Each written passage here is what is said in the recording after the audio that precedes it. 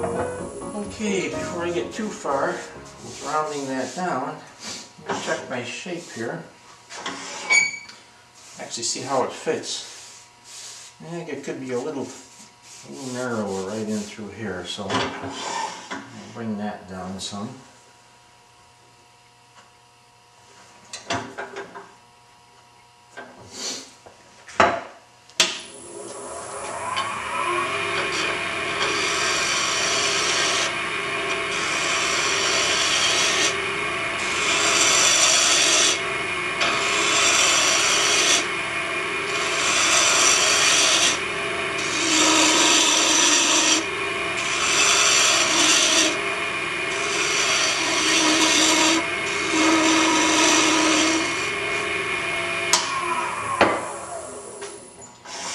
The real test is how it feels in your hand, and that's getting better. That's almost there.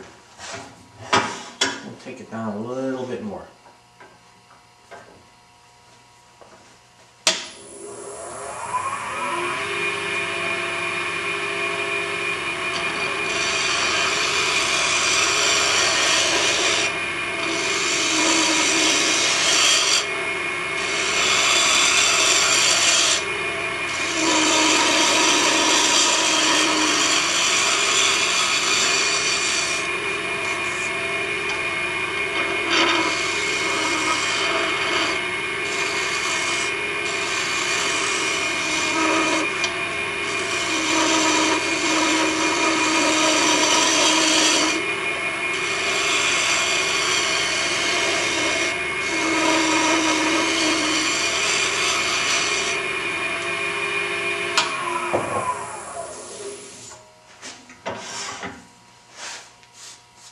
That feels pretty good to me. I think that'll be comfortable. I'm going to stop and clean up some of these chips and then get ready to drill the hole for the tool handle in this end. Okay, I've also got it set up now for drilling the hole. I've got a Jacob's chuck in the headstock, and that's one reason I did not finish parting it off yet, because this part will be going up against the tailstock as a guide to keep me going straight. First thing we need to do is determine how big of a hole. And the tang on the end, this is a flat tang. If it was a round circle, it would be much easier just to drill it to the diameter of the circle. In this case, we'll have to measure across here. Now this looks like a fairly straight tang. Some of them are pointed at the end, in which case you'll have to drill 3 different size holes, one for the small end, one for the middle, and one for the large end. And then that'll give you a taper to jam this into. But in this case it's pretty straight, so I think one hole is going to be all we'll need. So we'll take a measurement on that in a couple spaces. That looks like 3/8 and 3/8, and the end is just a little under 3/8, so a 3/8 hole should do the trick for us on that one. The next thing we need to do is measure how long to drill the hole, and we'll want to countersink it just about up to where it makes the curve here, and we'll measure that out, and it looks like 2 1/4 inches should be plenty of hole. So I'll get a 3/8 bit, mount that in the Jacob's chuck.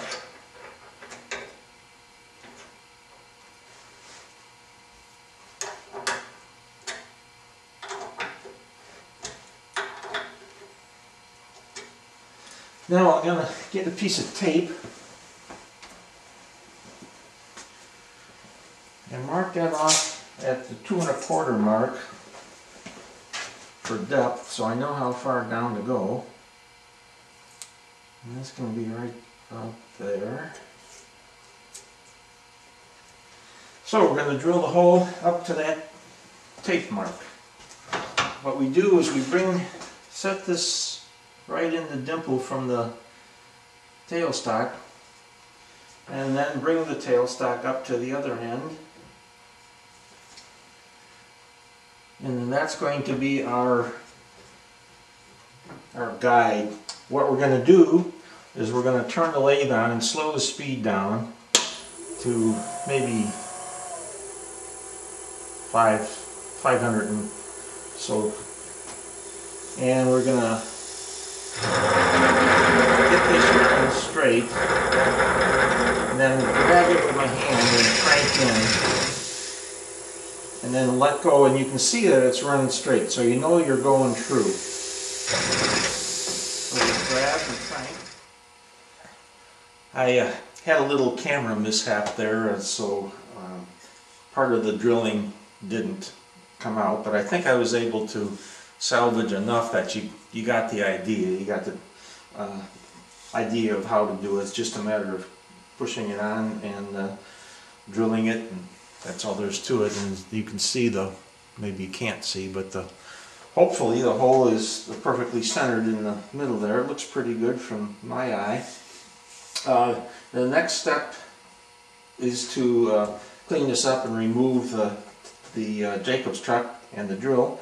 Put my drive center back on, and then I'm going to put on my tailstock, I'm going to put my cone center back on, because that'll seat into that hole and allow me to get that centered properly on the lathe. So I'll do that right now as long as I have it in my hand. And the only thing left to do after that, I'll remount it on the lathe. Maybe I'll give it a quick sanding, and then part off this last end here, and for all practical purposes we're done with the lathe at that point. I have it all sanded down to 180, and that's plenty. I wouldn't want to go any smoother than that. That's plenty smooth enough. If it gets too slick, you don't get a good grip. The only thing left to do now is to part it off, and I hope you'll be able to see that. I can't get a good camera angle on it, but this is the best I can do. So I'll turn the lathe on and get the speed up a little bit and get this parted off.